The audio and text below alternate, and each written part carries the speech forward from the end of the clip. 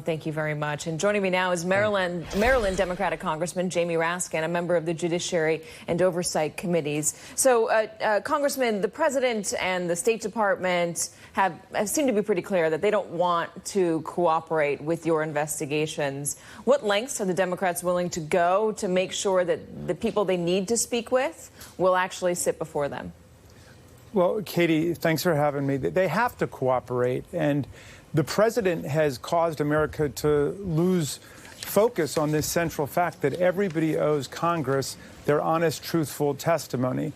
Unless you're asserting the Fifth Amendment or you have a legitimate executive privilege, you've got to testify and you've got to turn over documents. So we are fully expecting Pompeo and Giuliani and everybody else that we subpoena to turn over documents forthwith. And to the extent that they try to continue this outrageous pattern of obstructionism and delay and evasion, we will count that both as a form of obstructing justice and obstructing the legitimate process of Congress, but also as essentially conceding the facts that they're trying to suppress from congressional scrutiny.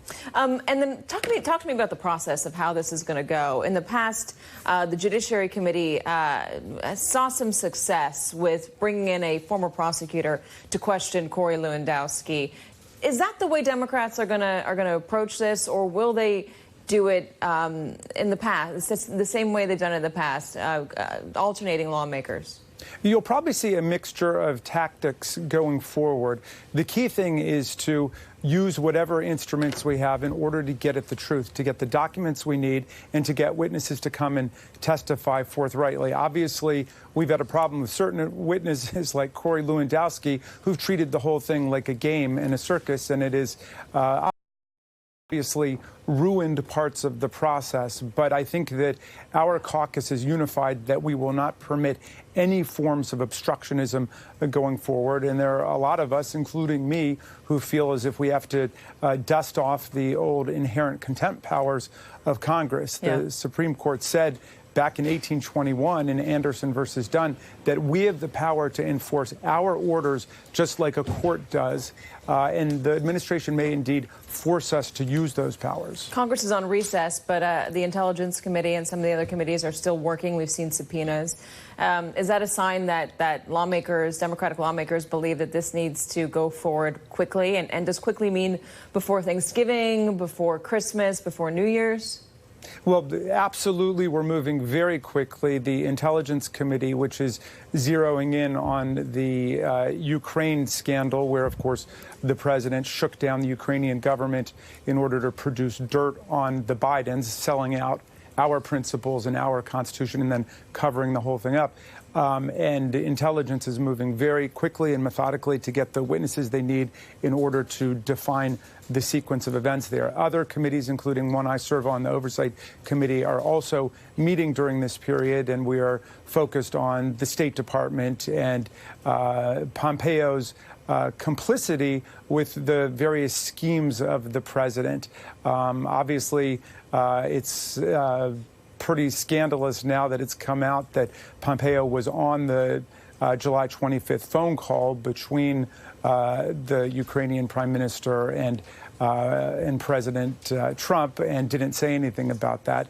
I guess it has not been totally ascertained, but it looks pretty clear like he was.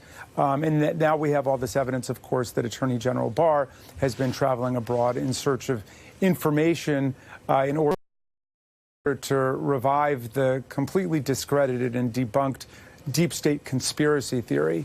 So, you know, we kind of have a parallel foreign policy that's been run off the books by the president in order to vindicate his own political agenda. And we just cannot have this kind of abuse of office. And the Ukraine scandal, I think, really is the centerpiece of our efforts to get at the truth and to demonstrate what President Trump has been up to. Congressman, Democrats, I believe rightly so, call the president out for his behavior as he's sitting in the Oval Office, the tone he uses, the words he uses, the allegations that he makes, the way that he attacks people on Twitter, the way that he's attacking the whistleblower, the way he attacks Democratic lawmakers like like Adam Schiff, the way he attacks the media.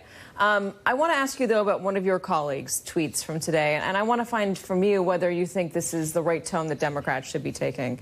It's Maxine Waters. She says, I'm calling on the GOP to stop Trump's filthy talk of whistleblowers being spies and using mob language, implying they should be killed. Impeachment is not good enough for Trump. He needs to be imprisoned and placed in solitary confinement. But for now, impeachment is the imperative. Well, first, let me just say a word about the way that President Trump has indeed lowered the tone of discourse in the country and degraded civility in shocking and unprecedented ways when he does imply that the whistleblower is like a traitor or a spy. He is cutting completely against our concept of what a whistleblower is. A whistleblower, and particularly this whistleblower, is a hero. It's someone who is willing to stand up for the truth against people in power who are abusing their office. So I think that, all of us obviously need to try to remember what political discourse was like before Donald Trump got there. The thing that I guess I would take issue with my dear colleague, Congresswoman Waters, about here is that impeachment is not about crime and punishment. Nobody ever goes to jail because of being impeached. President Trump would not spend a day in prison because he's been impeached. Impeachment is the people's last instrument of constitutional self-defense against a president who is trampling the rule of law and behaving like a king. And so it's about protecting the character of the presidency and protecting the rule of law. So if he were impeached by the House of Representatives, which is like an indictment, and then it goes to the Senate, and the Senate tries him and conducts a due process trial, and then by 2/3 convicts him, all that happens is he's removed from office and he cannot run again, depending on what we've said. But so it is different from putting someone in jail. I know there's been a lot of rhetoric about that, and I guess I would separate myself from that. What do you think of he needs to be imprisoned and placed in solitary confinement? Well, again, I think it just confuses the issue because it's not a criminal matter. Now, obviously, people who are impeached under the Constitution can be prosecuted later for crimes that they've committed. So the president sometimes seems to labor under the misimpression that as president of the United States, he can do whatever he wants, and he operates with complete impunity and operates with complete executive immunity, which is a cloak that they seem to want to bring down over the whole executive branch of government in totally indefensible ways. Congressman, how do we get back to a time post-Trump, if it's a year from now or less than that, or if it's 4 years from now, 5 years from now, how do we get back to a time where lawmakers and the President of the United States, where the tone of civility is restored? Is that possible? Well, that's a wonderful question, Katie. Thank you for asking that. Look, I think it's got to happen on an individual and personal basis. I think we've got to appeal to those mystical chords of affection that President Lincoln invoked even during the Civil War. And, we are all Americans, and we are unified not by being one race or one religion or one ethnicity or one political ideology or system, but we've got one Constitution. And I think that we begin there. We begin with a sense of constitutional patriotism. We demonstrate our love for the Constitution, for the values that it embodies, and for the principles and the processes and the rights that are built into the Constitution. And if we start there, I think we'll be able to find our way home. And we'll be able to revive the sense of civility as well as, friendly, competitive partisanship that is the spirit of American democracy.